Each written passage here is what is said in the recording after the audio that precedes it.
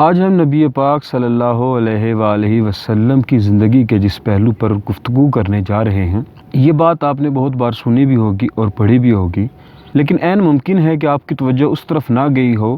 جس اینگل سے آج میں آپ کو سوچنے کی دعوت دے رہا ہوں۔ تو دیکھتے رہیے گا اپنا یوٹیوب چینل سکس سینس۔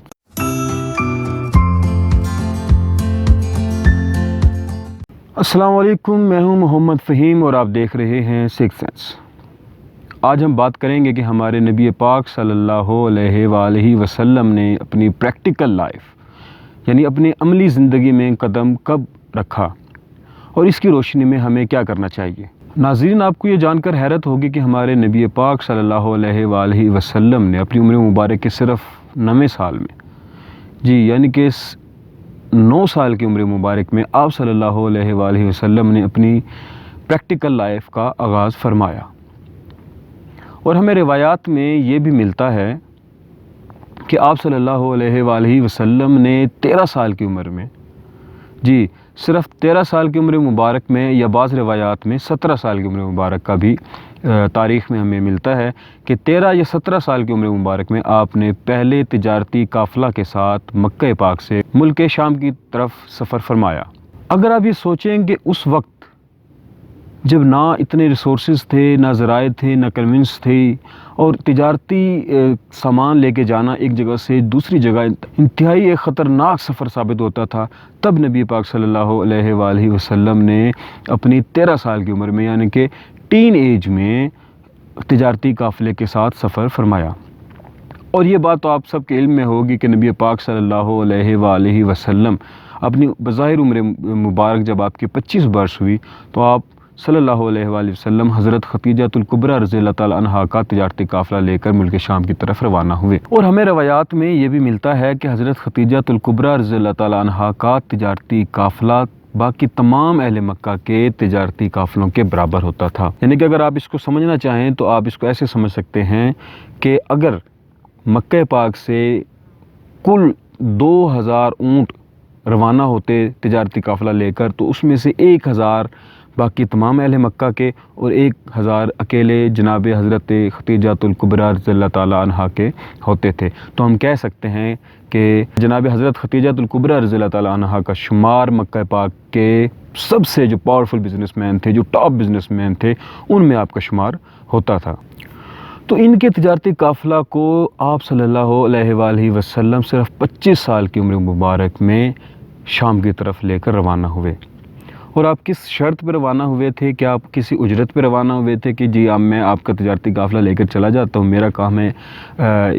آپ کے پروڈکٹس کو سیل کرنا، سیل ہوتی ہیں تب بھی، نہیں سیل ہوتی ہیں تب بھی، تو کیا آپ نے اجرت طلب کی؟ بالکل نہیں۔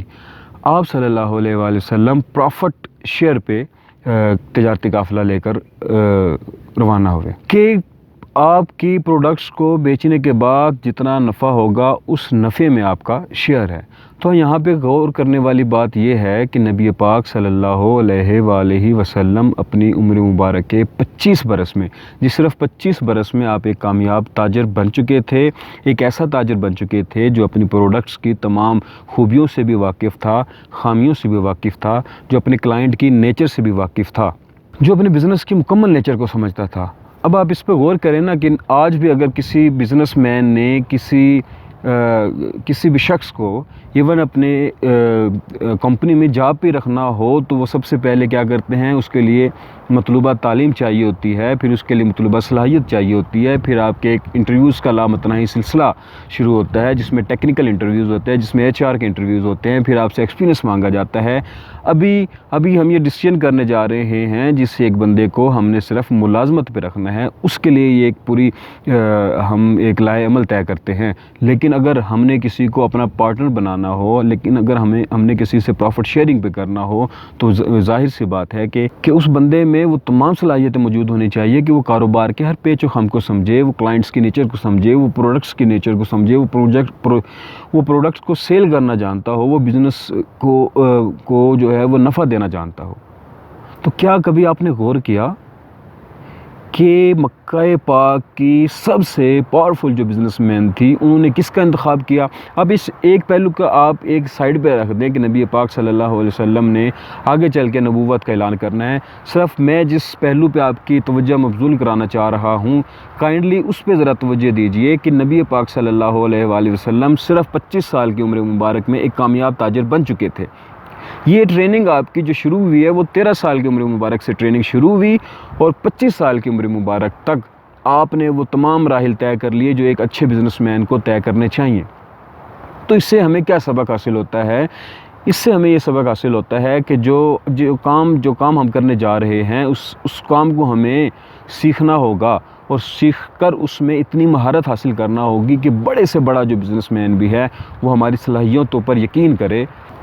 اس کو لے کر میں جس نقطہ کی طرف آپ کی توجہ مبذول کرانا چاہتا ہوں وہ یہ ہے کہ نبی پاک صلی اللہ علیہ وآلہ وسلم کی زندگی ہمارے لیے ایک عملی نمونہ ہے۔ ہم نے اسی چیز پر عمل کرنا ہے جس چیز پر آپ صلی اللہ علیہ وآلہ وسلم نے عمل کیا۔ جیسے جیسے آپ کرتے گئے ویسے ویسے ہم کرتے جائیں گے تو ہماری زندگی دنیا میں بھی ہمیں کامیابی ملے گی، آخرت میں بھی ہمیں کامیابی ملے گی۔ اب آپ دیکھیں کہ نبی پاک صلی اللہ علیہ وآلہ وسلم نے اپنی عمر مبارک کے 9ویں سال میں اپنی پریکٹیکل لائف کا آغاز فرمایا۔ 13 سال کی عمر مبارک میں آپ نے پہلے تجارتی قافلے کے ساتھ سفر فرمایا، اور 25 سال کی عمر مبارک میں آپ ایک کامیاب تاجر بن چکے تھے، جس کی مثال یہ ہے کہ نبی پاک صلی اللہ علیہ وسلم مکہ پاک کے اس تاجر کا سامان لے کر تجارتی قافلے کے ساتھ جاتے ہیں جو مکہ پاک کی سب سے پاورفل بزنس وومن تھی۔ تو سب سے پاورفل بزنس میں شامل ہونا کوئی خالہ جی کا گھر نہیں ہوتا، اس سے پہلے آپ ان تمام صلاحیتوں کے حامل ہوں تب کوئی آپ کو اپنے ساتھ ملانے کا، آپ کے ساتھ کام کرنے کا سوچ سکتا ہے، ادروائز آپ کو کوئی لفٹ نہیں کرائے گا، ادروائز آپ کو آج بھی کوئی جاب پہ نہیں رکھے گا۔ اگر آپ میں وہ صلاحیتیں موجود نہیں ہیں تو آپ کو جاب پہ کیوں رکھا جائے گا، چاہے جائے اس کے کہ وہ آپ کو پروفٹ شیئرنگ پہ رکھے۔ اگر آج ہم اپنے ارد گرد نظر دوڑائیں تو ہمیں پتہ چلتا ہے کہ 22 سے 23 سال کی عمر میں ہمارے نوجوانوں کو تو شاید یہ علم بھی نہیں ہوتا کہ وہ اپنی زندگی میں کیا بننا چاہتے ہیں، وہ کس فیلڈ میں جانا چاہتے ہیں، وہ کون سا کیریئر اپنانا چاہتے ہیں۔ بس وہ تو ایک آوارہ پتنگ کی طرح اڑتے جا رہے ہوتے ہیں جن کی ڈور بھی شاید کسی اور کے ہاتھ میں ہوتی ہے، اور کہیں بہت دور پہنچ جانے کے بعد یہ انہیں احساس ہوتا ہے کہ یہ تو وہ فضائیں ہی نہیں جس میں سانس لینے کے لیے وہ بنائے گئے تھے، لیکن شاید اس وقت تک بہت دیر ہو چکی ہوتی ہے اور وہاں سے واپسی ممکن نہیں ہوتی۔ پھر وہ انہی فضاؤں میں اڑتے رہتے ہیں جن فضاؤں میں اڑنا تو بہت دور کی بات، ان فضاؤں میں وہ سانس لینا بھی پسند نہیں کرتے۔ تو ان ساری باتوں کو مد نظر رکھتے ہوئے میں آپ سے آج ایک ریکویسٹ کرنا چاہوں گا کہ خدا را میکسیمم 18 سال کی عمر تک یہ فیصلہ کر لیں کہ آپ نے اپنی زندگی میں کیا بننا ہے، پھر اگلے 4 سے 5 سال اس اپنی منزل کو پانے کے لیے خوب محنت کریں، تو انشاءاللہ ایک دن آئے گا کہ آپ اپنی منزل کو پا لیں گے، کیونکہ سفر کو شروع کرنے سے پہلے منزل کا تعین ہونا بہت ضروری ہے۔ اصل میں ہمارا جو پرابلم ہے وہ یہ ہے کہ ہمارا سفر تو جاری رہتا ہے لیکن ہماری منزل کا ہمیں نہیں پتہ ہوتا، پھر یوں ہی ہم راہوں میں بھٹکتے رہتے ہیں، اور بس جہاں پہ ہوا ہمیں اڑا کے لے جاتی ہے، جس سمت میں اڑائے رکھتی ہے ہم اس سمت میں چلے جاتے ہیں اور ایسے ہی ساری زندگی گزار دیتے ہیں۔ تو پہلے اپنی منزل کا تعین کیجئے اور پھر اس راستے پر چلیے، تو انشاءاللہ آپ اپنی منزل کو پا لیں گے۔ تو آج ہی فیصلہ کیجئے کہ آپ نے اپنی زندگی میں کیا بننا ہے، اور دیکھیے اس فیلڈ میں جو کامیاب لوگ ہیں ان کی زندگی کو فالو کیجئے، ان کی زندگی کو پڑھیے، ان کی زندگی سے سیکھیے، ان سے مشورہ کیجئے، جیسے جیسے وہ کرتے گئے ہیں ویسے ویسے آپ کرتے جائیں، تو انشاءاللہ ایک روز کامیابی آپ کے قدم چومے گی۔ مجھے دیجیے اجازت، اپنی دعاؤں میں یاد رکھیے گا، خوش رہیے اور خوشیاں بانٹتے رہیے۔ اللہ حافظ۔